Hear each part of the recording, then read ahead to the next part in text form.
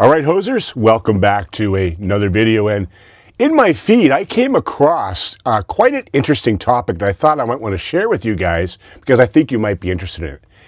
Having to do with Trump's team in Alberta, okay? So Trump's team has been having secret meetings with Alberta separatists from the Alberta Prosperity Project. You have to ask yourself, what's going on here, okay? There has been a lot of rumor about that sort of thing. It's not really being hidden, so I really don't think it's much of a secret, like they're saying. But this is my hoser take. Straight talk with a conservative edge, okay? Now, here's the deal. This is coming from the Financial Times report. It says this, that there has been very, very senior Trump officials that have met secretly with the Alberta Prosperity Project, which is a separatist group wanting Alberta to break away from Canada. And you can't blame them. The way Alberta and the West has been treated over the years, you can't blame them whatsoever. Now, 3 times they have gone to Washington over the last 9 months. You know what I mean, okay? They're talking independence. And one of their lawyers, a guy by the name of Jeff Rath, says the U.S. is extremely enthusiastic about a free Alberta. And why would they not be? It is an oil and natural resource powerhouse. So yeah, of course the U.S. is interested. You know, it's like the big neighbor, the U.S., right, whispering, come on over, come on over.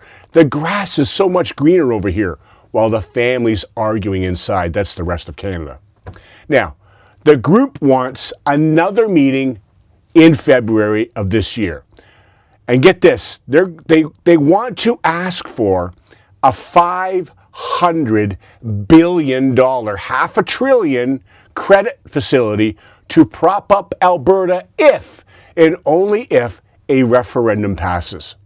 Wow, eh? I would not be surprised if the U.S. gives that credit if a referendum passes and Alberta asks for it. Now, a State Department spokesperson admits the meetings did happen, but says no commitments were made, and the White House also says no support was conveyed. Of course they're going to say that, but Treasury Secretary Scott Bessent's been floating the whole Alberta as a natural partner for the U.S., right? He says great resources, independent people like conservatives, maybe a referendum to join us.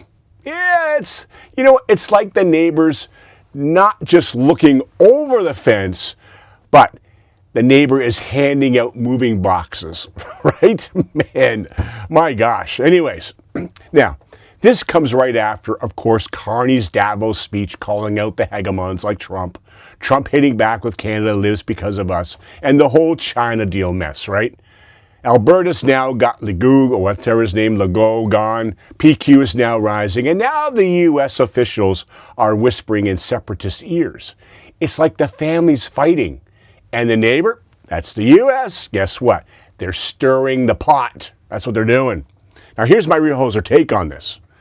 This is what you call, without question, foreign interference on full display. Whether you want Alberta to separate, be independent, this is still considered foreign interference, all right?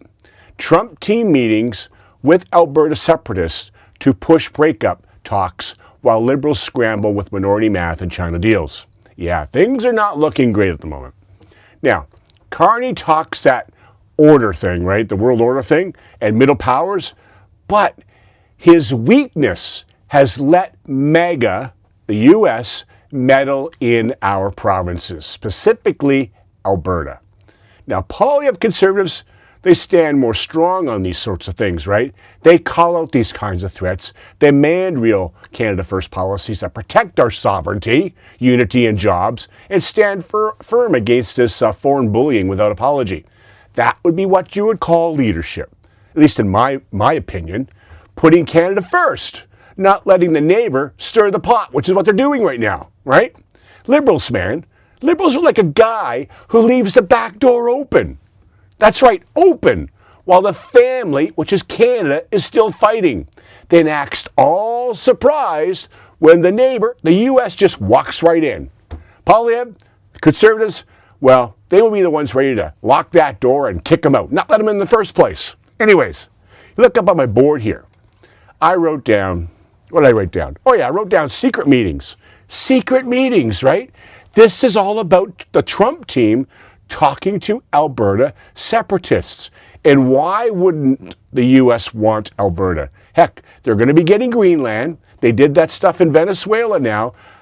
Trump and the Americans are making sure that they control the entire Western sphere.